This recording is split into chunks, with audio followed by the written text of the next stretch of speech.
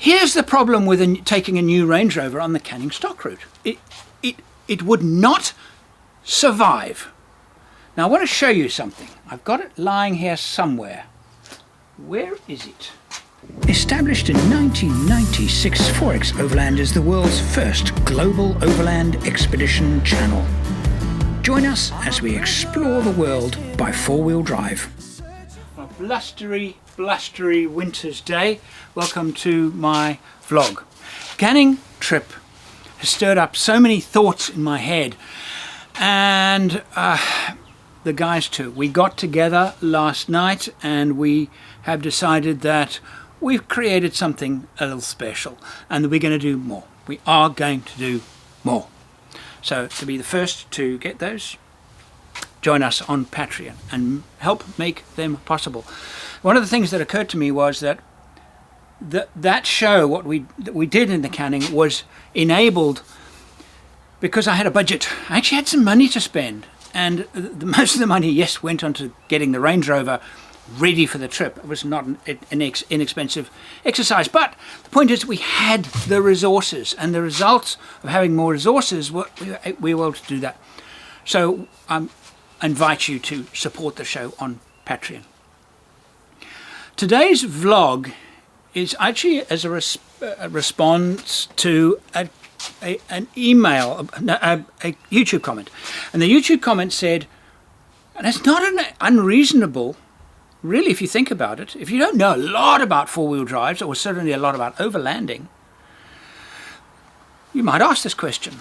And the question is the current Range Rover, or the Range Rovers made over the last 10 years, and the words used were as strong as the one that we were using on the route? And the answer is, sure, it's a strong, but is it as capable?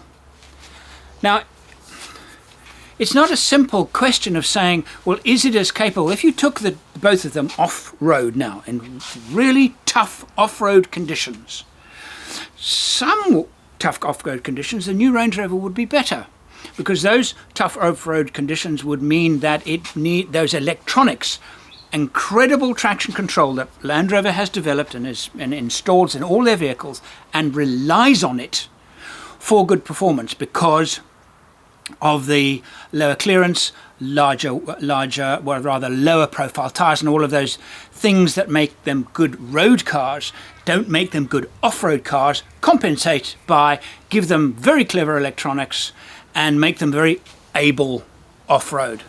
So if you took a Range Rover now and you took a new one and you took that old one, in very, very slippery conditions, new one would be better. The moment it got very, very lumpy where you need clearance, up to a point, the new Range Rover would just simply run out of clearance because it doesn't have solid axles. It has independent suspension all the way around. And it would simply run out of clearance because, after all, if the wheels aren't on the ground, the car's going nowhere. Doesn't matter what electronics you've got fitted to it.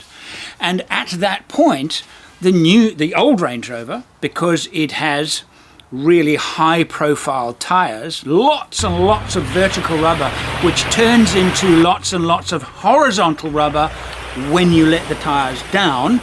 So, therefore, more grip. You don't need the electronics because you've got that much more grip and you've got that much more flotation. So when the ground gets really, really soft, where a new Range Rover would simply stop because of the low profile tires, you can't really get much advantage out of them because you can't let the pressure out of them very much. So, which is all about lengthening the footprint, not about widening it. It's got nothing to do with widening the footprint at all. It's a misconception. It's got to do with lengthening the footprint. So now you've got a low profile tire. When you let it down, it doesn't lengthen the profile very much because you can't let it down very much because you don't have the profile to work with. Whereas a high profile tire, like we had, the tires on the Range Rover were 235 85 profile on a 16-inch rim. So they were reasonably narrow, but they were nice and tall.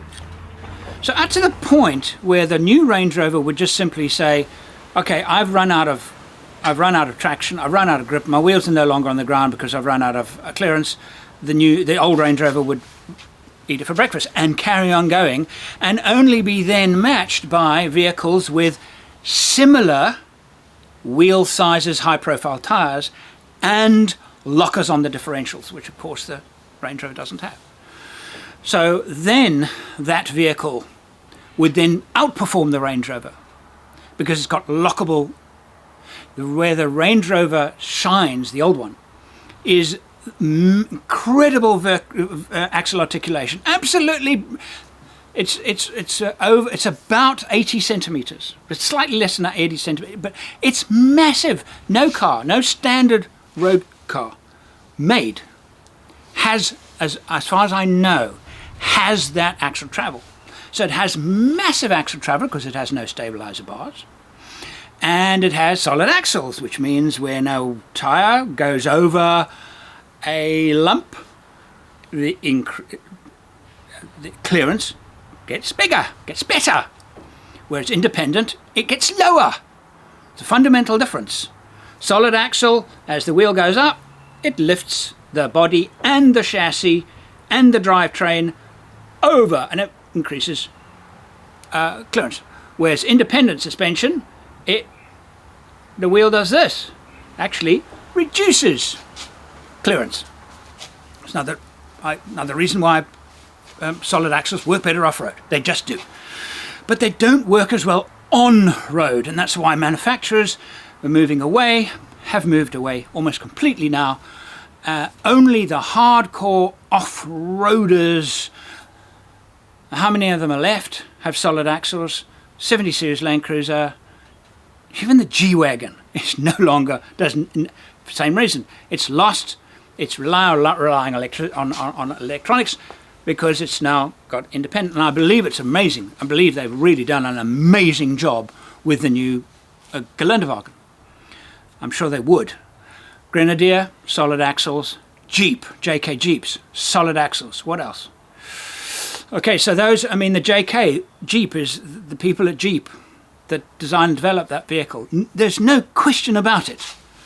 They are hardcore off-roaders.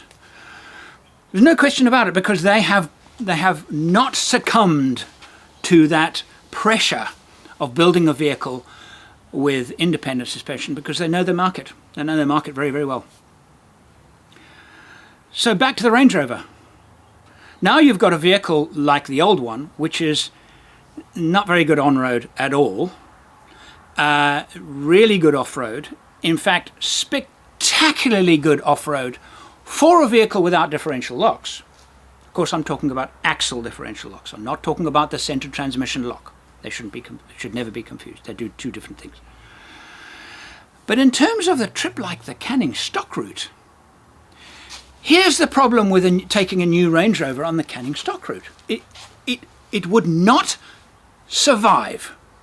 Now I want to show you something. I've got it lying here somewhere. Where is it? Here you go. I want to show you this. It's a wiring loom that runs along the length of the back axle of the troop carrier. Now in episode, no spoilers here, 9, 10, somewhere around there. I'm driving along and suddenly my dashboard lights up like a Christmas tree. My dashboard has lit up like a Christmas tree. One of my ABS cables has been ripped off, I bet. Alright, there's a big branch. Oh yeah, that completely shredded your ABS plug cable here. There you go. I realized that there is ABS on the troop carrier. There is also a rudimentary traction control system. It's actually more of a stability control system than a traction control system. And it's very effective. But it relies on wheel speed sensors that are actually in the hub.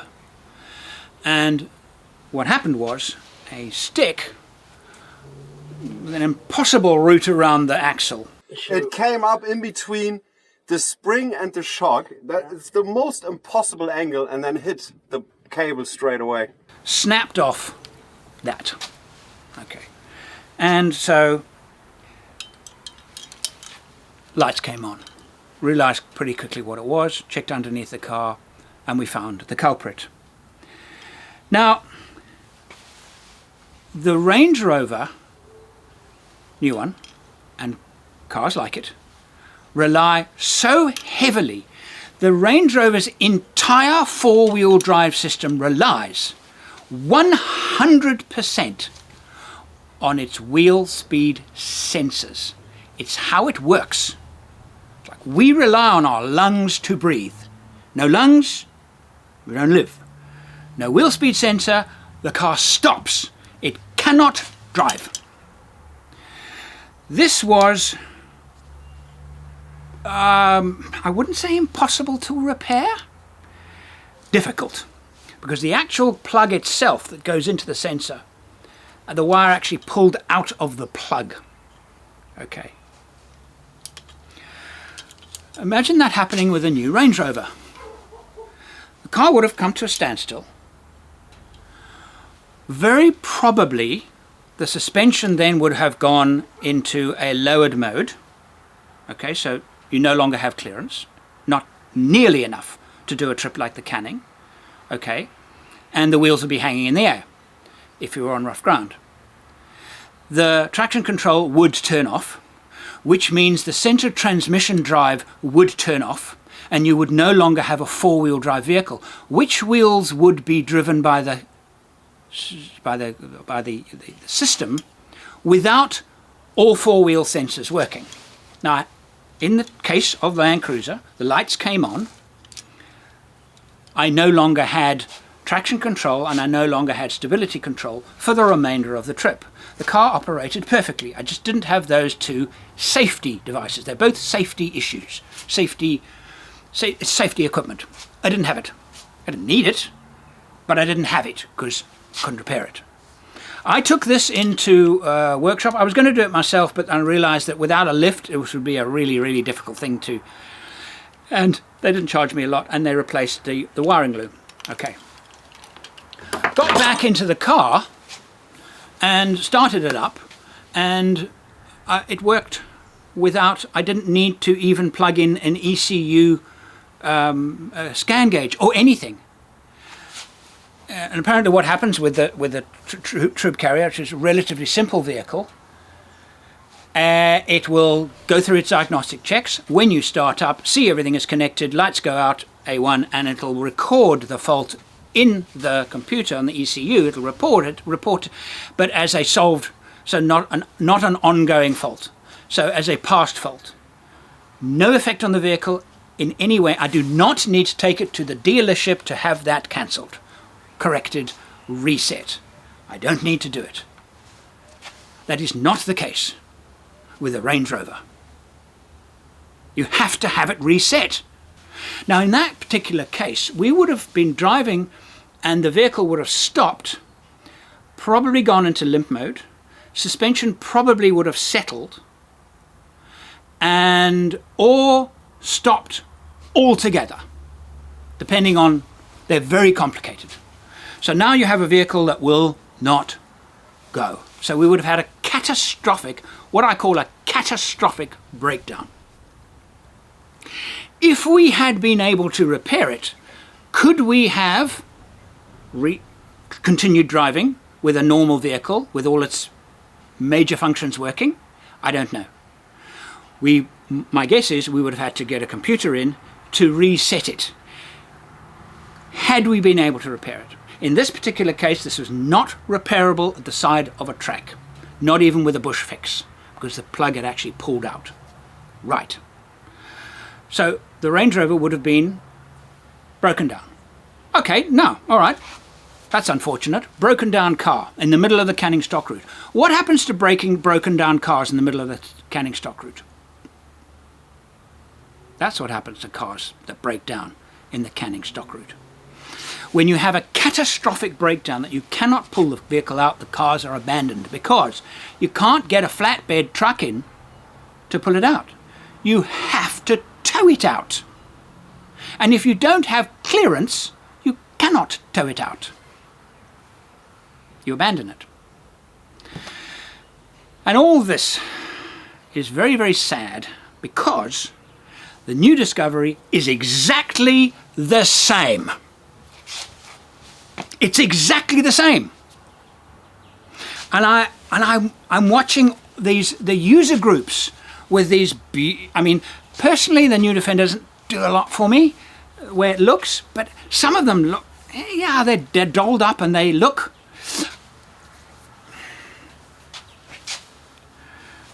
How do I put this nicely? They're not real Overlanders. They're not. They're the cliche Chelsea tractor. They are just for show. And there is an organization that has been using in Africa, I'm not going to mention the names, those of you who know can guess the names because I don't want to badmouth them in any way. They have been using Land Rovers for decades to do some pretty amazing expeditions. I give them that. They do a lot of work for charity, it's a family concern, do some good stuff. They do some good stuff. Okay, and they've been backed by Land Rover South Africa that pours in a lot of money. Their vehicles are not standard. I know that for a fact. They are not standard. And by the time they were using Discovery 3s and 4s, they were having the electronics modified so that if they lose a wheel sensor, it's not the end of the world. They can still keep going. But of course, they're not going to say that because they're sponsored by Land Rover.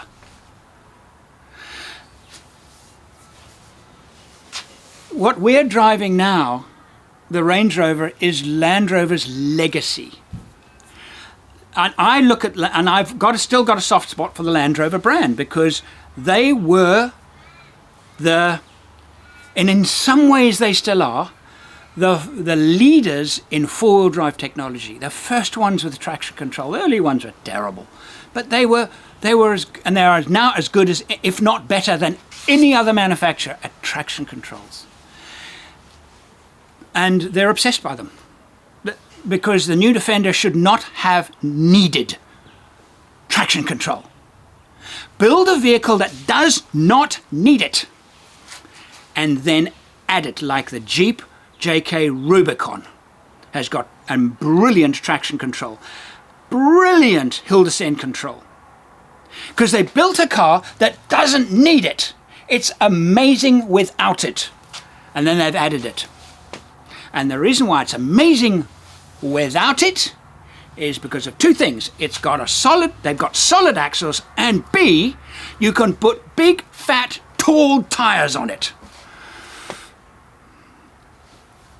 You know, so that's why, to me, the new Defender is a bitter disappointment. I said, I've got a soft spot for the Land Rover brand, particularly after the Canning trip, and seeing how well the Range Rover did.